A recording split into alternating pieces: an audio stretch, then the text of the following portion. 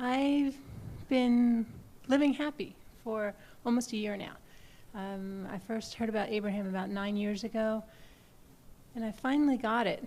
I think when Esther first talked about staying on the high-flying disc and getting up and doing it, staying there and not falling off, and that really which was the discussion before Wobble Free, yeah. which is about finding something that feels good, and because there's no resistance, it just feels better and better and better and better and better. In other words, that high-flying disc is what happens when you're not continually introducing resistance that keeps you from moving upward. Yeah. Yeah. So I started off gradually, and then the build up momentum, and now I'm really living happy 90% of the time, if not 100% every day. And there's always something that I find delightful. And, you know, a relationship that was, you might say, very adventuresome has wobbled away, vibrated away. And in the process of that, I remember years ago thinking, how can you focus on what you love about someone when there's so many things that are challenging going on? But Practice. I realize it is, and that it's not. And selfishly caring about how you feel enough to discover that it has to be unconditional, because no one, no matter how much they care about you, can meet the criteria of your conditions. You just can't put your alignment power in their ability to be the way you need them to be in order to feel good. No one should put that kind of pressure on anybody. I think the biggest thing for me is that social consciousness tells us to think about all the things that go wrong, and then that's a reason for leaving. But if you focus on the love, it's so much more rewarding, and it's not. And why? Because if you're focused on the love, you're in concert with who you are. And when you're in concert with who you are, you have clear view. And you have a vibration that's dominant, and you will attract to yourself exactly what you want. In other words, your grid, that's what we were calling this vibrational atmosphere that you're creating, it fills in with what you are vibrationally accomplishing. So let's say you have a relationship with someone who has many characteristics, some of which you really adore and some of them you don't, not so much. But you're not basing the way you feel in this moment in time, or this one, or this one, or this one, based upon the pros and the cons of something. You're basing the way you feel on your desire to feel good and your practiced tuning yourself to thoughts on all kinds of subjects that do feel good. So you've got a frequency going on that is about alignment with who you really are. So you are most of the time in perfect alignment with that broader part of you. So who you really are is having this conversation. Who you really are is thinking about this person. Who you really are is focused here. Who you really are meaning the whole of who you are.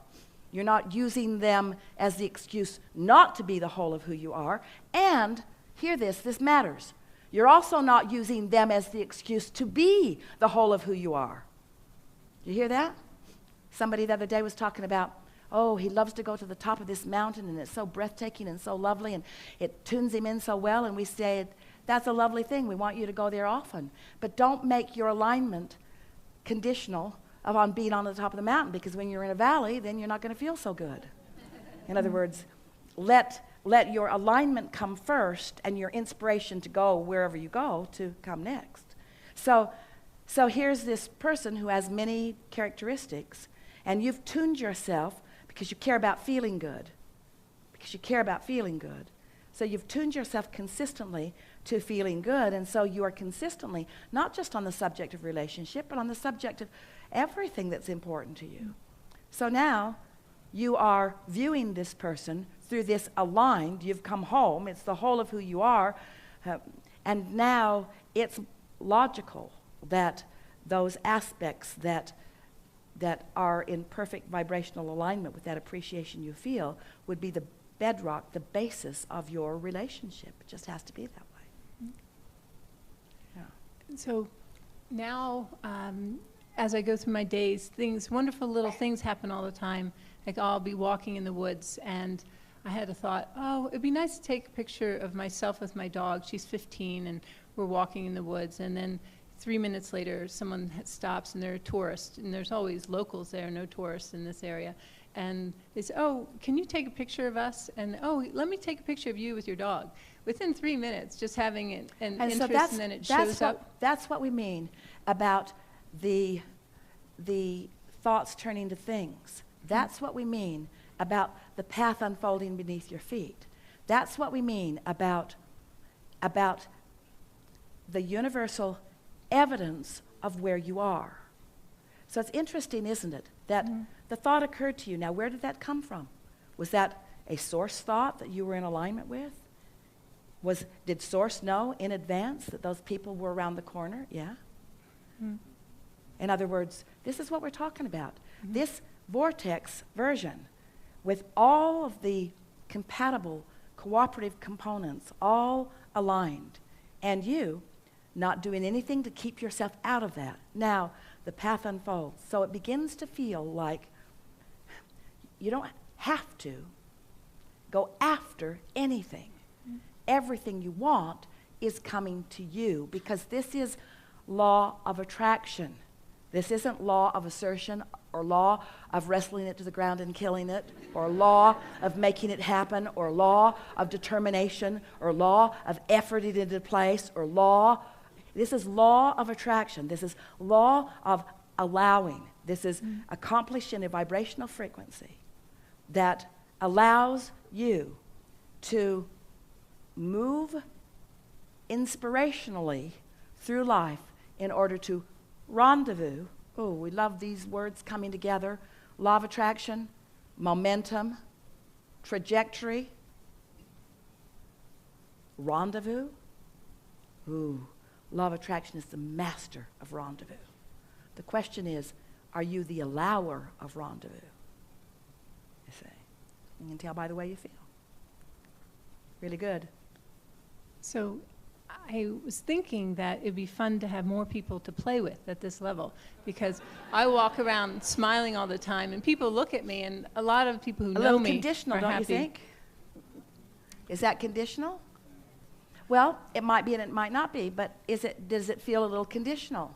Depends on, in other words, if you're really enjoying what's going on, then it's just natural that it keeps going. You get on those kind of rolls, don't you? Yeah. Haven't you noticed that? The better it gets, till it just feels like you're the center of the universe, and you really are, because in every moment, there are 20 or 30 or 40 viable next steps on your path, and if you have shown yourself that it's only the next step that matters anyway, because you're not going to make a quantum leap into that condition that you think you need, it's just the next step, the next step, the next step, then, oh, isn't it fun, the next step and the next step and the next step and the next step and the next step?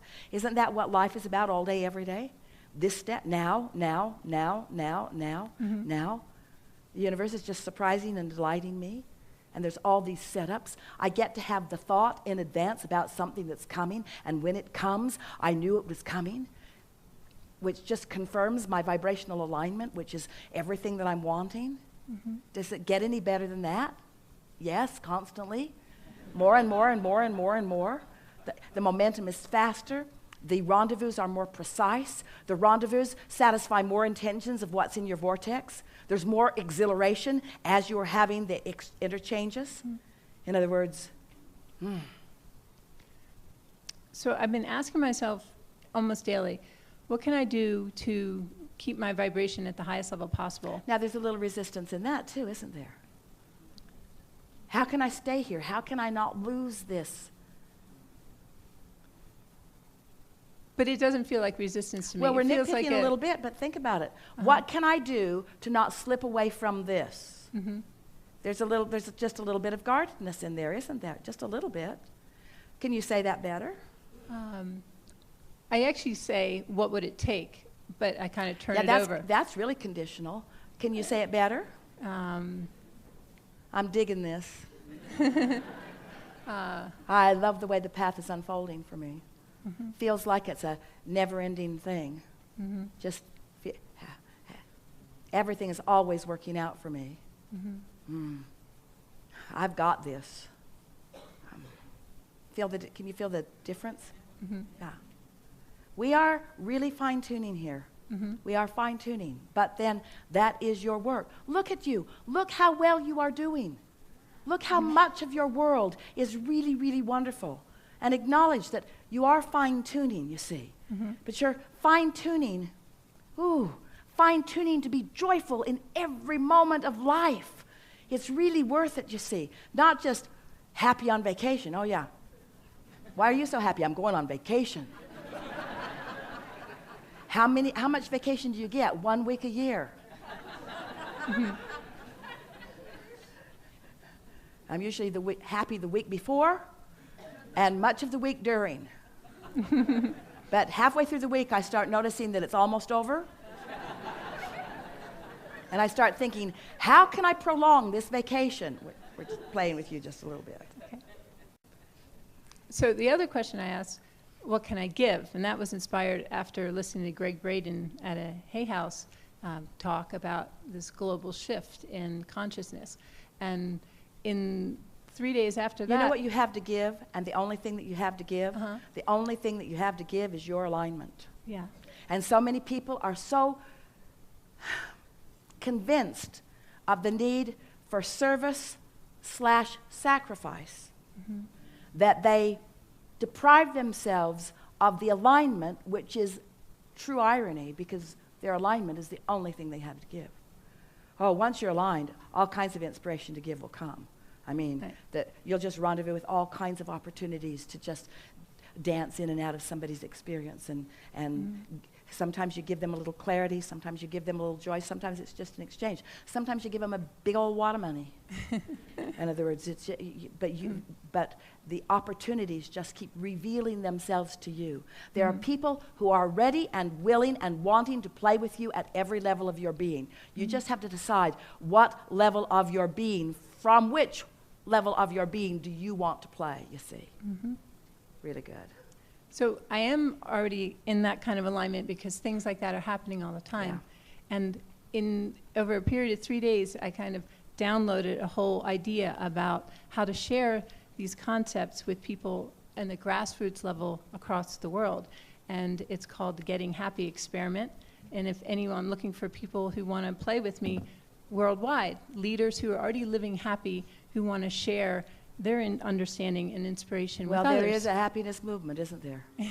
There is indeed. And Farrell.